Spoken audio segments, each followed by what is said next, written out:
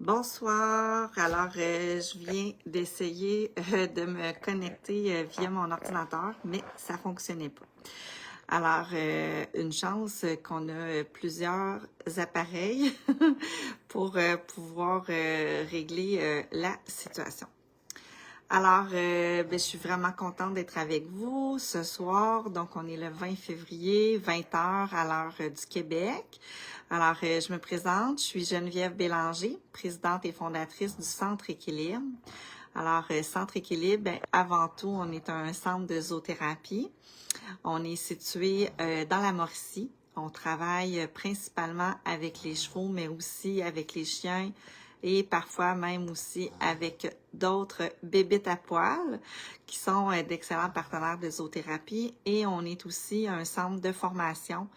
On forme justement des intervenants en zoothérapie qui veulent se spécialiser avec l'approche équine ou canine. Alors, ce soir, j'ai décidé de faire... tiens, je vais mettre ça comme ça ici, au lieu de le tenir dans mes bras.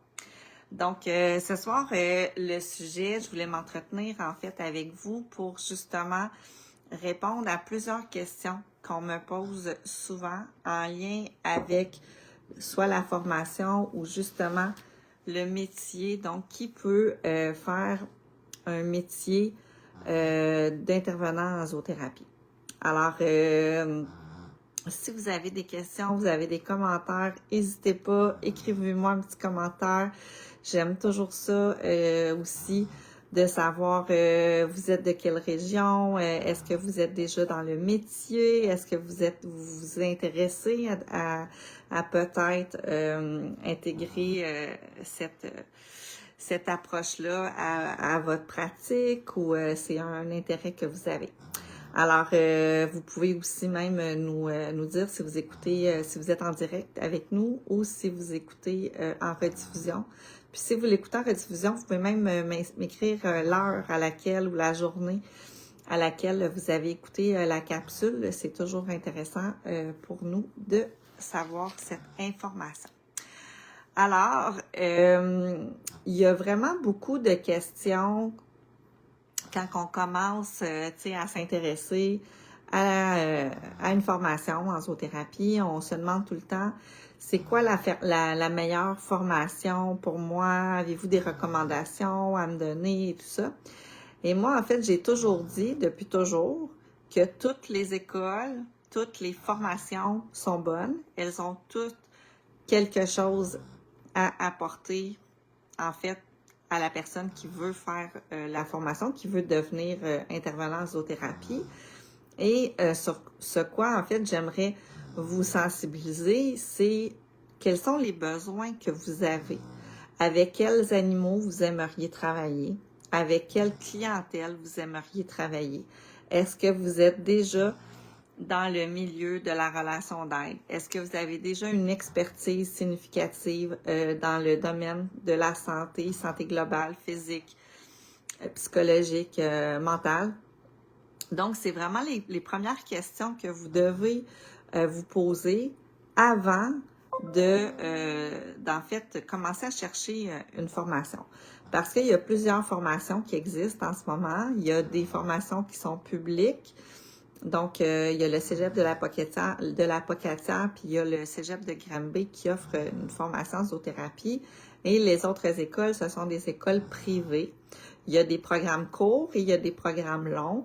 Et tout dépendant, en fait, de ce que vous aimeriez faire comme métier en lien avec la zoothérapie, moi, je pense que c'est plus ça qui est vraiment pertinent et important d'observer avant de choisir une formation.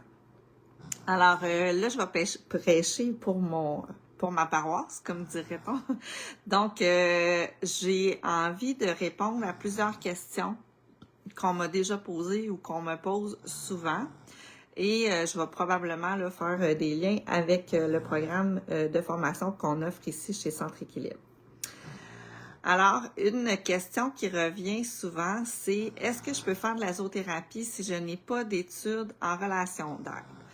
Alors, la première chose à savoir, c'est que la zoothérapie, c'est pas de flatter un animal. Okay? Donc, d'avoir la présence d'un animal, de trouver du réconfort auprès d'un animal, ce n'est pas de la zoothérapie.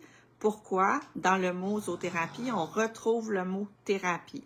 Donc, quand on parle de zoothérapie ou de médiation animale, on parle vraiment d'une triade thérapeutique, la synergie triangulaire, où on a un individu qui vient chercher un service de zoothérapie ou un groupe de personnes. Il y a un animal qui est ciblé, sélectionné, formé pour travailler avec un intervenant en zoothérapie qui se spécialise et qui a été chercher une formation adéquate pour pouvoir faire le travail en soi. Alors, oui, c'est possible de faire de la zoothérapie si on n'a pas d'expertise dans la relation d'aide, mais, il y a un mais, OK? Donc, c'est important de choisir une formation qui va être complète. Donc, une formation qui va avoir un 500 heures, 400 heures et plus, où vous allez, en fait, apprendre à faire de l'intervention. Parce que pour pouvoir travailler avec des individus, on doit connaître, on doit passer par les connaissances du développement humain.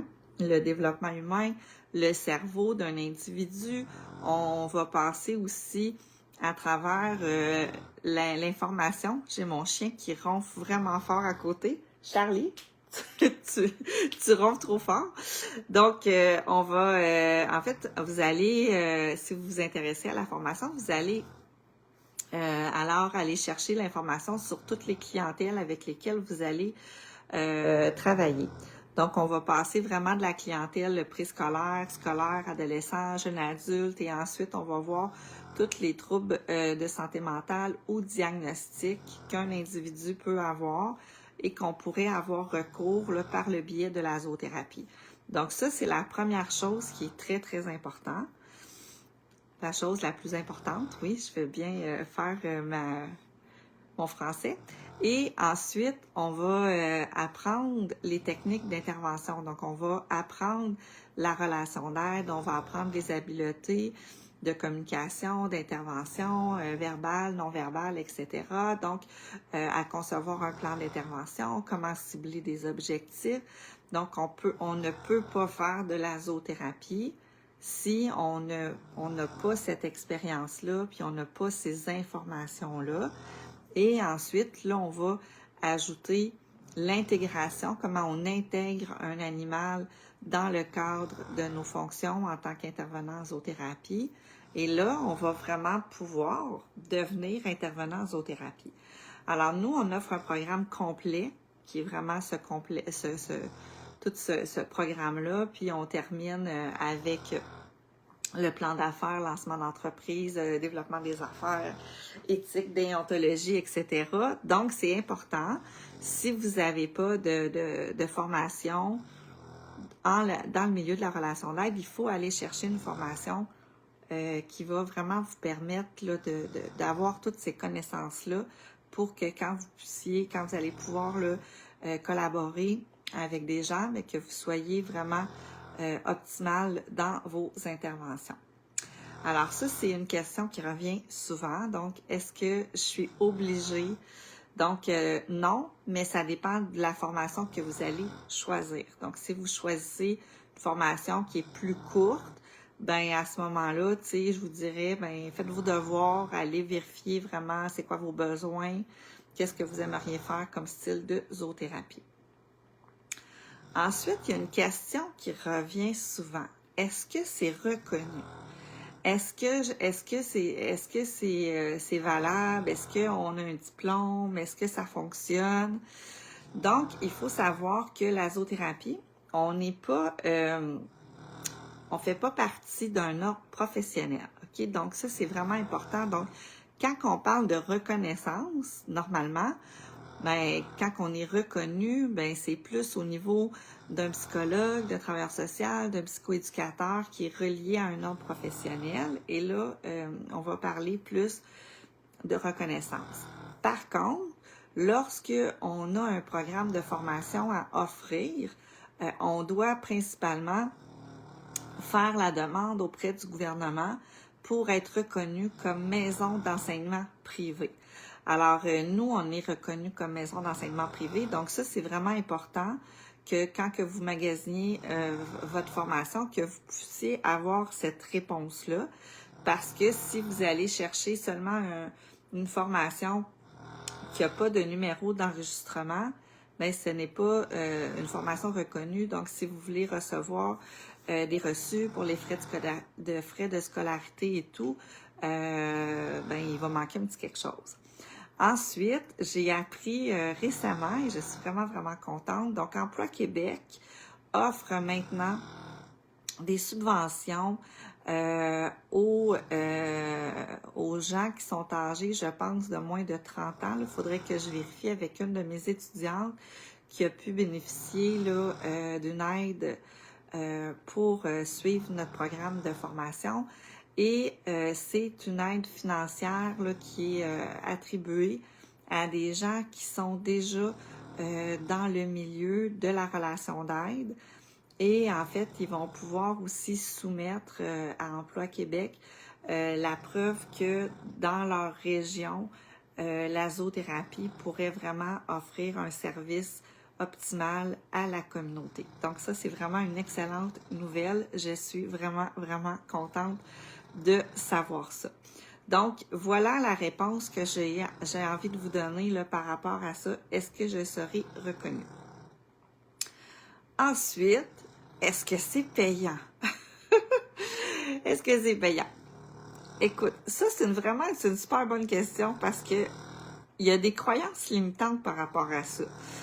Et est-ce que vous entendez le tracteur à côté de moi? C'est un petit cavalier King Charles, là. Il pèse 22 livres. Il est brûlé, là. On est allé faire de la belle zoothérapie aujourd'hui à l'Université Laval. On a été 1h30 dehors avec avec un événement, vraiment, puis le petit chien, là, il a fait vraiment du super bon travail. Il est vraiment fatigué, mais on dirait vraiment un tracteur. Donc, ce que je disais, c'est que je disais qu'il y a des croyances limitantes en lien avec la zoothérapie. Par exemple, si je parle en fait de ma propre expérience, moi, j'ai fait mes études, j'ai commencé en fait dans le volet de l'équitation thérapeutique au début, pour m'apercevoir qu'après plusieurs modules, ce qui m'interpellait, c'était plus la thérapie en soi que l'équitation. Alors là, j'ai décidé d'aller vraiment chercher ma formation en zoothérapie. Et, voyons.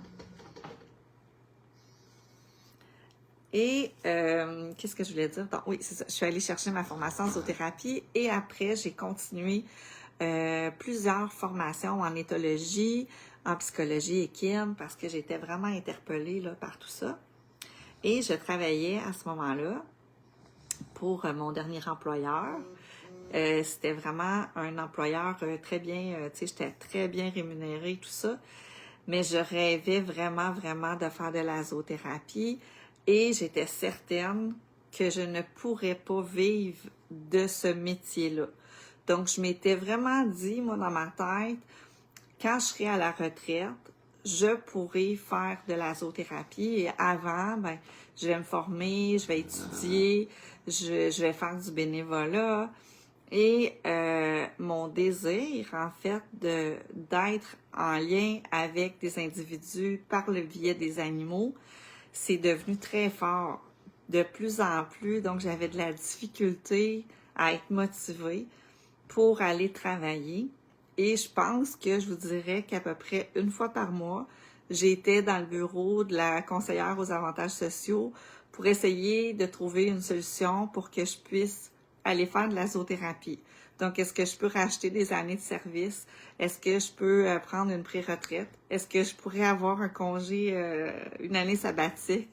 Donc, c'était vraiment fort et à un moment donné, j'ai décidé en fait de quitter mon emploi pour changer de milieu de travail et j'ai travaillé dans un organisme communautaire à temps partiel et j'ai démarré mon projet de zoothérapie et seulement après 1 an, j'ai pu donner ma démission parce que j'avais plus de clients que ce que j'avais besoin de mes heures de travail. Donc, le choix a été assez facile à faire. Et j'ai décidé, en fait, de m'investir corps et âme dans mon projet. Et aujourd'hui, 4 ans plus tard, je travaille pour moi. J'ai des employés qui travaillent pour moi. J'ai fondé une école et je vis vraiment de mon métier. Donc, je vous dirais que est-ce que c'est payant? Ça dépend de ce que le mot payant veut dire pour vous. Moi, est-ce que c'est payant? Oui, parce que je fais ce que j'aime. J'ai jamais l'impression que je travaille. Je suis vraiment sur mon X. J'aime vraiment intervenir. J'aime être avec les animaux. Je suis dans la nature, la liberté. Donc, tout ça, pour moi, c'est très, très payant. Et je suis très fière de ça. Donc, ça, c'est la question qu'on me pose souvent. Ensuite, par rapport à ça, mais quand que vous étudiez dans le cadre de la zoothérapie, il y a plusieurs options qui vont s'offrir à vous. Vous pouvez travailler dans votre milieu de travail. De plus en plus, on peut travailler déjà dans notre milieu de travail avec nos animaux. Donc, si vous faites une formation, que vous avez des bonnes assurances et puis que ça passe au conseil auprès de votre employeur, il y a des gens qui vont amener des animaux dans les écoles, dans les commissions scolaires, dans plein de milieux, dans les hôpitaux, dans les C3S. Donc, il y a maintenant beaucoup d'ouverture auprès des employeurs pour intégrer l'animal dans le cadre de nos fonctions en zoothérapie. Ensuite, vous pouvez démarrer votre propre projet. Donc, comme moi, vous pouvez devenir travailleur autonome et aller chercher vos propres clients et monter votre propre business. Et aussi, il y a la possibilité de travailler pour des centres de zoothérapie, donc comme moi, puis il y en a plein d'autres au Québec. Donc, si vous n'avez pas envie de gérer une entreprise, mais vous pouvez travailler aussi pour un centre de zoothérapie. Et de plus en plus, là, il y a quand même beaucoup d'ouverture. Je suis vraiment fière de ça, vraiment. Donc ça, c'est une question auquel je voulais vraiment répondre. Ensuite, j'ai la question, je suis gênée, Geneviève. Je suis une personne introvertie, je suis gênée, je suis pas extravertie comme toi, je vais pas au-devant des gens. Est-ce que c'est possible quand même? Tout est possible, hein? Moi, j'ai vraiment, ça, je suis certaine de ça. Donc, quand on veut quelque chose, quand on croit vraiment à quelque chose, tout est possible. Et la gêne, ça ne fait pas en sorte qu'on n'est pas un bon intervenant en zoothérapie. Ça veut dire qu'on va travailler d'une façon différente en zoothérapie. Alors, il y a 3 méthodes en zoothérapie. Il y a l'animation, il y a la zoothérapie pédagogique et il y a la thérapie assistée par l'animal. Il y a de l'individuel et il y a du groupe. Donc, si vous êtes une personne introvertie, gênée et tout ça, donc c'est sûr qu'en terminant votre formation, bien, ça se peut que vous soyez un petit peu gêné d'aller au-devant des gens. Donc, tu sais, là, ça serait vraiment intéressant de pouvoir peut-être travailler avec un centre pour prendre un petit peu d'expérience. Et on peut devenir d'excellents zoothérapeutes quand on est gêné dans le volet individuel. Donc, le groupe, c'est souvent dédié aux gens qui sont moins gênés, qui sont plus extravertis ou créatifs et tout. Mais il y a de la place, il y a vraiment de la place pour les personnes un petit peu plus gênées. Je vous dirais que la thérapie assistée par l'animal, les personnes qui sont plus gênées, qui sont vraiment très calmes, ça l'amène aussi un climat qui est vraiment aidant pour une personne qui vient chercher un service de thérapie assistée par l'animal. Alors oui, tu es gêné, tu es introverti, tu as envie de faire de la zoothérapie, effectivement, ça se travaille. J'ai été très gênée. Ça paraît pas, là, tu sais, je suis là devant l'écran, puis je vous jase et tout ça, mais quand j'ai commencé, j'étais gênée. Et j'avais de la difficulté vraiment. Et je me rappelle mes premières entrevues que j'ai fait là, j'étais comme ça. Puis là, je me grattais toujours le nez, puis vraiment, je disais toujours, puis j'étais très gênée, donc ça se travaille, on s'améliore avec le temps, on prend de l'expérience, on prend confiance, et oui, c'est possible. Et l'autre question qui revient aussi souvent, c'est est-ce que c'est nécessaire d'avoir un animal? Alors, c'est sûr que ça l'aide. C'est sûr que ça l'aide de faire de la zoothérapie si on a un animal, mais lorsque on commence une formation ou qu'on commence le métier de la zoothérapie, ce n'est pas obligatoire d'avoir tout de suite un animal. Donc, ça dépend aussi avec quel animal vous aimeriez travailler. Moi, c'était vraiment écrit gros que c'était que les chevaux. Et c'est sûr que j'avais pas de chevaux quand j'ai commencé. J'ai eu des demi-pensions. J'ai travaillé dans des écuries et tout. Et heureusement, j'ai rencontré des bonnes personnes sur ma route. Et les premières années, j'ai travaillé dans un centre d'équitation thérapeutique. Alors, j'avais à ma disposition 9 chevaux qui n'étaient pas les miens et que je pouvais utiliser. Donc ça a été vraiment un super beau tremplin pour moi. Après, ben je me suis acheté mon premier cheval, un petit poney. Puis moi, j'étais attirée vers les grands chevaux. Puis finalement, je me suis acheté un mini cheval pour commencer. Après ça, je me suis acheté un lapin.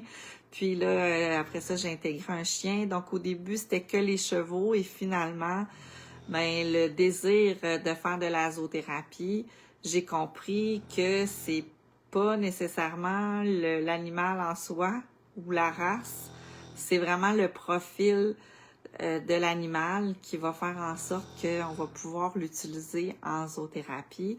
Donc, j'ai fait de la zoothérapie avec des vaches, moutons, chèvres, lapins, mais j'adore la thérapie assistée par le cheval. C'est quand même la meilleure méthode, là, la meilleure approche là, pour moi. Mais tous les animaux qui ont un profil peuvent être de bons partenaires de zoothérapie. Alors, c'est pas nécessaire d'avoir un animal tout de suite, tout dépendant de ce qu'on veut faire. Si, par contre, vous voulez vraiment travailler avec, par exemple, un chien ou un autre animal, puis vous faites une formation et que vous voulez vraiment utiliser votre animal tout de suite quand vous terminez, ben sachez que vous allez devoir entraîner et former votre partenaire de zoothérapie. Donc, il y a des animaux qui ont un profil déjà. Il y a des animaux qui n'ont pas de profil encore, mais on va leur apprendre, on va les entraîner à devenir d'excellents partenaires de zoothérapie. Et ben ça prend du temps. Ça prend plusieurs mois, des fois même plus 1 an et plus, parce qu'on doit les amener dans certains milieux. Ils doivent en fait comprendre qu'ils ont un travail à faire. Puis, je trouve ça pertinent de parler de ça, parce que mon petit chien que j'ai, Charlie, qui est un partenaire de vie vraiment extraordinaire, il est très dépendant affectif. Donc, dès qu'il y a des gens qui arrivent, il y a vraiment besoin, là, tu sais, d'être là, puis allez, vite, aime-moi, là, donne-moi des câlins. Et lorsqu'il vient avec moi en zoothérapie, il a un comportement qui est différent. Et aujourd'hui, j'avais une stagiaire avec moi, puis elle m'a dit, waouh, c'est vraiment extraordinaire de voir Charlie quand il est en train de travailler avec toi. Oui, c'est encore le même chien qui a besoin, tu sais, d'avoir des câlins, puis il est interpellé, là, d'être avec les gens, mais il est vraiment différent. Tu sais, Charlie, dans le fond, il sait que dès que la personne est là, il vient s'asseoir, il s'installe, il est très calme, puis donc c'est vraiment particulier. Donc l'animal, on va le former. Et en fait, c'est spécial, je sais pas comment le nommer, mais il y a quelque chose qui se crée entre le zoothérapeute et son partenaire. Et il y a vraiment quelque chose de particulier. Tu sais, je pense à mon Lucky, mon cheval, que j'ai depuis plus longtemps que les autres, là, que ça fait plusieurs années qu'il fait de la zoothérapie. Tu sais, il sait quand il y a un client, c'est un client. Puis, tu sais, souvent, il va il va venir chercher mon regard, il va venir chercher, dire, OK, Geneviève, est-ce que c'est vraiment comme ça que tu veux que je me comporte et tout? Donc, c'est fascinant. Alors, c'est pas obligatoire d'avoir un animal. Des fois, on en a aussi à la maison, puis on pense que ça va être des bons partenaires. Puis des fois, ça va faire comme, ben non. Finalement, je pensais que mon chien ou mon chat, mon lapin, serait un bon partenaire, mais finalement, tu sais, il a pas l'air d'aimer ça. Et sachez aussi que quand on travaille avec de la clientèle, il y a beaucoup d'émotions. Les animaux viennent vraiment, tu sais, ils reçoivent aussi toutes ces émotions-là. Donc, il faut aussi bien les observer, à savoir est-ce qu'ils sont heureux de faire ce métier-là avec nous? Est-ce qu'ils sont heureux de recevoir là, toute cette charge-là émotive avec eux? Donc, il y a une façon aussi de pouvoir se former puis de pouvoir vraiment aller comprendre si notre animal est heureux aussi de faire, d'avoir cette collaboration-là. Alors, ça, c'était pour les animaux. Ensuite, je voulais parler des habiletés. Donc, les habiletés de base qu'on doit avoir déjà en partant. Donc, on doit vouloir, on doit aimer les animaux. Premièrement, c'est vraiment un bon point de départ. Ensuite, on doit vouloir aider quelqu'un d'autre. Hein? On doit vouloir offrir du ressourcement, une présence, une aide, un accompagnement. Donc ça, c'est assez important. Il y a le respect. Hein? C'est très important d'être respectueux, autant envers notre animal qu'envers nos clients. Le respect, l'empathie. L'empathie, la sympathie, c'est pas la même chose. Donc, si vous ne savez pas la différence, vous allez peut-être googler l'information, mais en zoothérapie, en relation d'aide, en fait, on doit vraiment développer notre empathie et non la sympathie. Ensuite, l'authenticité, les valeurs, vraiment des valeurs là, humaines. Alors, voilà, c'est sûr que si vous êtes créatif, c'est un plus. Capacité d'adaptation. L'adaptabilité, c'est là vraiment une des habiletés vraiment importantes dans le cadre de la zoothérapie. Alors, c'était vraiment les questions qui me sont posées souvent, que je voulais ce soir là venir vous donner de l'information. À savoir, là, est-ce que c'est pour moi ce métier-là ou est-ce que c'est pas pour moi? Alors, j'espère que ça vous aide, en fait, à savoir si oui ou non vous êtes faite pour ça, puis c'est vraiment ça que vous avez envie. Si vous avez des questions, vous pouvez nous écrire à Centre Équilibre. Ça nous fait toujours un énorme plaisir de pouvoir là, répondre à vos questionnements. On offre aussi des journées de stage d'observation. Aujourd'hui, à l'université, on était 4. Donc, tu sais, moi, j'étais là avec une intervenante là, qui travaille ici. On a une stagiaire de l'Europe qui est avec nous. Puis, j'avais une personne qui s'intéresse à la zoothérapie. Elle m'a dit, écoute, je pourrais-tu vivre une journée avec toi pour voir si vraiment c'est ce que je veux? Ben oui, pourquoi pas? Donc, vous pouvez aussi, si vous souhaitez, aller voir des entreprises de zoothérapie qui offrent des services et de faire une journée d'immersion. En tout cas, moi, je l'offre souvent. Donc, si jamais vous êtes dans ma région puis ça vous tente de venir vivre l'expérience, vous pouvez communiquer avec nous. Ça nous fait toujours plaisir d'avoir des gens qui viennent sur le terrain, là, justement, avec nous. Alors, si jamais vous avez des interrogations, bien, vous pouvez communiquer avec moi. Sinon, notre sujet de la semaine prochaine, c'est l'hypersensibilité chez les chevaux. Donc, on va vraiment parler de l'hypersensibilité des chevaux. Et est-ce que on va parler de désensibilisation, hyper aussi sensibilité, parce que on ne doit pas trop les désensibiliser, nos chevaux de zoothérapie, parce que sinon, ils ne deviendront pas d'excellents partenaires. Alors, je vais parler de ça avec vous là, la semaine prochaine, 20h, heure du Québec. Alors, merci beaucoup de nous suivre et ben, je vous souhaite une belle soirée et je vous reviens la semaine prochaine.